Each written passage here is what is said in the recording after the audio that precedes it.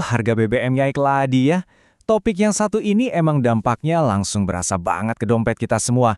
Tapi tenang. Dalam beberapa menit ke depan, kita bakal bongkar semua tips cerdas buat ngakalin situasi ini. Yuk langsung kita mulai. Pasti kerasa banget kan? Rasanya baru kemarin isi tangki sampai penuh, tahu-tahu pas mau isi lagi, harganya udah beda. Kenaikan BBM ini emang suka bikin pusing tujuh keliling, bikin anggaran bulanan yang udah rapi jadi acak-acakan. Tenang, Anda nggak sendirian kok. Iya, pengeluaran jadi bengkak, anggaran buat keluarga jadi sedikit terganggu. Tapi jangan panik dulu. Kabar baiknya adalah, kita ini sebenarnya punya kendali penuh atas konsumsi bahan bakar kita sendiri loh. Kuncinya cuma ada di kebiasaan kita. Oke, kita mulai dari yang efeknya paling cepat kerasa ya, yaitu trik-trik cerdas pas kita lagi di balik kemudi. Percaya atau enggak, ngubah sedikit aja cara kita nyetir, itu bisa bikin perbedaan yang gede banget di pengeluaran bulanan. Kuncinya cuma satu, mengemudi lembut atau istilah kerennya gentle driving. Gampang kok. Pertama, pas mulai jalan, akselerasinya bertahap aja. Jangan langsung bejek gas dalam-dalam. Kedua, usahain kecepatan mobil stabil. Hindari deh tuh ngebut-ngebutan terus ngerem mendadak. Dan yang ketiga, kalau lagi di jalan turunan, manfaatin engine brake. Cukup lepas pedal gas biar mobil melambat sendiri. Irit banget. Nah, coba lihat perbandingan ini. Jelas banget kan? Di sebelah kiri, itu gaya nyetir yang agresif dan pastinya boros. Di sebelah kanan, gaya yang efisien dan hemat. Coba deh, jujur sama diri sendiri. Gaya nyetir Anda lebih condong ke tim yang mana nih? Jawabannya ada di tagihan BBM Anda tiap bulan. Ini dia nih. Tips super simple tapi sering banget kelewat. Kalau lagi berhenti lebih dari semenit, misalnya kejebak lampu merah yang lama banget atau nungguin orang, mendingan matiin aja mesinnya. Serius? Mesin yang nyala pas mobil diem itu bener-bener cuma ngebakar uang Anda sia-sia. Oke, beres soal cara nyetir. Sekarang kita obrolin kendaraannya.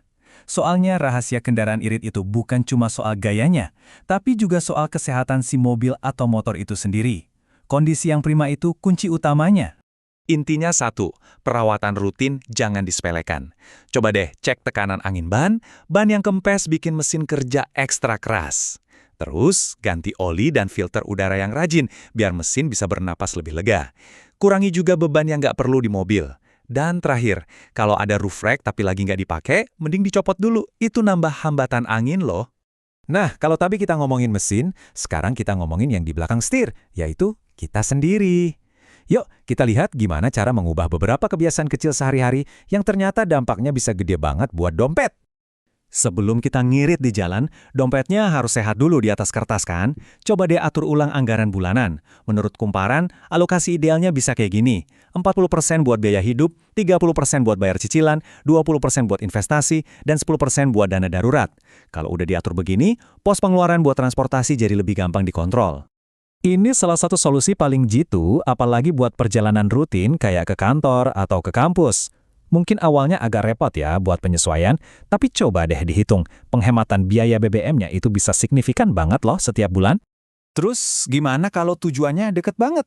Cuma ke minimarket depan kompleks misalnya. Udah deh, tinggalin aja kendaraan Anda.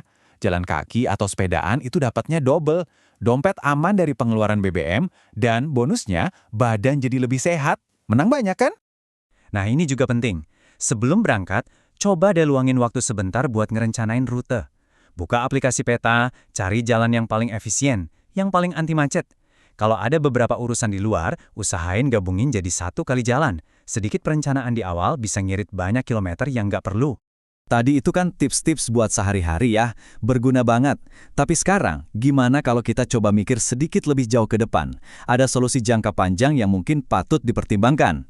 Pernah dengar mobil hybrid kan?